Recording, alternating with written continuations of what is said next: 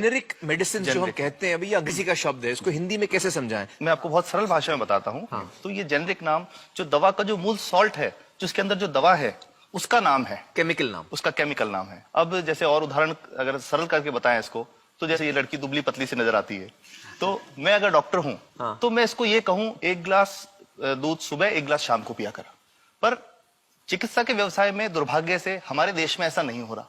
हम ये नहीं कहते कि आप भैंस का दूध लेके आइए, हम कहते हैं कि वो रामू की भैंस का दूध लेके आना।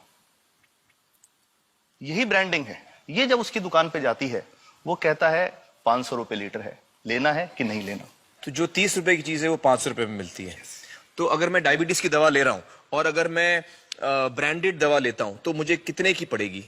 जैसे एक 117 रुपए में भी है, 117 रुपए में मिलती है। अब और अगर वही चीज हम उसके जेनेरिक मेडिसिन के नाम से लें तो वो कितने की बनती है? वो मात्र 1 रुपए 95 पैसे में 10 गोली मिलती है।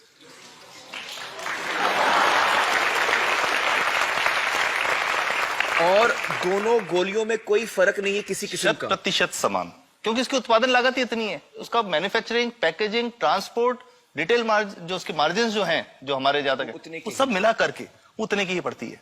कुछ कैंसर के मैं आपको उदाहरण दूंगा, उसमें एक ही दवा जो ब्लड कैंसर के काम में आती है, बाजार में 1.25 लाख रुपए का एक पैकेट मिलता है। 1.25 लाख का एक पैकेट जो 1 महीने चलता है। और जेनरिक में वही दवा जेनरिक में अलग अलग कंपनीज जो बनाती हैं, एक 10,200 में बेचती है, एक 8,800 में बेचती है और एक 6,500 में बेचती है। मतलब ये आपका ये कहना है कि आपके ये प्रयास से इतने कम में राजस्थान में पब्लिक को, आवाम को ये दवाएं पहुंचा रहे हैं आप इस वक्त? जी, क्या बात है।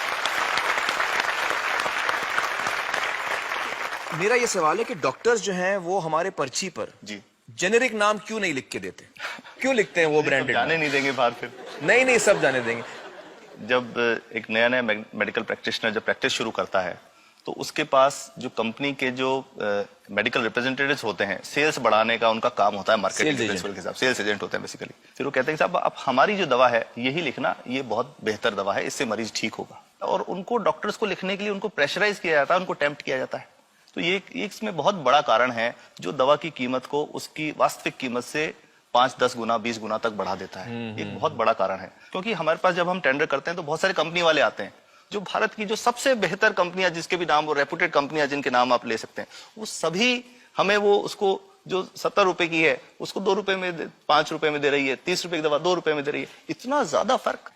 तो कंपनी तो दे सकती है और देना चाहती है, और हमें देती भी है इतनी कम दामों में, हमें दे रही है ना, ये संभव तो है। अच्छा, मैं आपको बताऊंगा कि भारत से हम लगभग 45,000 करोड़ रुपए की जेनरिक दवाइयां प्रतिवर्ष विदेशों को निर्यात करते हैं। आप भेजते हैं दुनिया भर में जेनरिक, ये जो सस्ती दवाएं हैं आप विश्व भर में भेजते हैं, और हमारे लोगों को नहीं मिल रही। हमारे देश में महंगी है, हमारे देश में महंगी है। और अगर ऐसा है तो हमें कोई ईस्ट इंडिया कंपनी की जरूरत नहीं, हम वापस उसी दिशा में जा रहे हैं। आपने जब ये शुरू किया तो आपको कोई रेजिस्टेंस फेस करना पड़ा राजस्थान में? देखिए, जो प्रयास हम कर रहे हैं ये बेसिकली धारा के विपरीत बहने का एक प्रयास है जी। काफी थ्रेट्स भी हैं, क्योंकि इसमें माफियाज भी हैं, ड्रग माफियाज जो ऑपरेट करते हैं।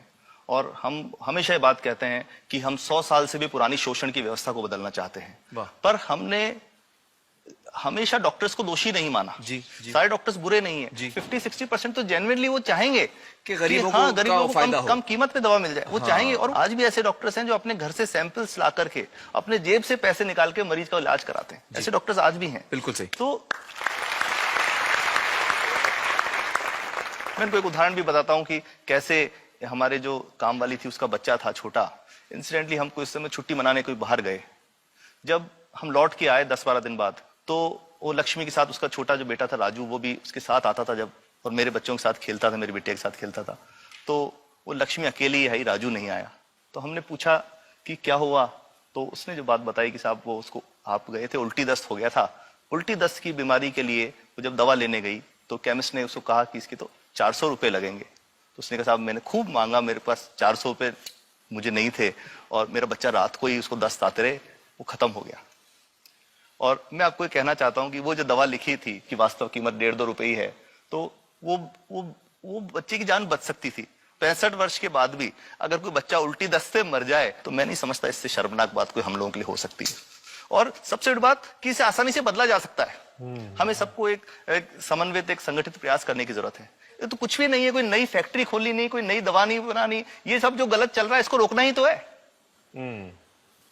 तो दोस्तों, डॉक्टर समित की बातों से हमें यह पता चला है कि दवाइयों का जो कॉस्ट होता है, जो उनको बनाने का खर्च होता है, वो बहुत ही कम होता है और हमें इन कम दामों में ये दवाइयां मिल सकती हैं अगर हमारी राज्य सरकार जेनेरिक मेडिसिन की दुकानें खोले, जैसे राजस्थान सरकार ने किया है और जिसके लिए हम उन्हें सलाम करते हैं।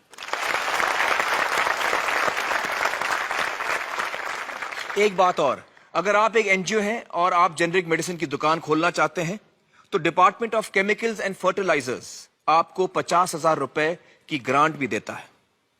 डॉक्टर समित, आपने बहुत ही बेहतरीन काम किया है और इस बहुत ही अहम मुद्दे पर रोशनी डालकर हमारी आंखें खोल दी हैं और हमारी दुआ यह है कि जो काम आपने राजस्थान में शुरू किया है वो हर राज्य में फैले, देश के कोने कोने में फैले। बहुत बहुत शुक्रिया हमारे साथ बातचीत करने का doctor Samit. Thank you so much.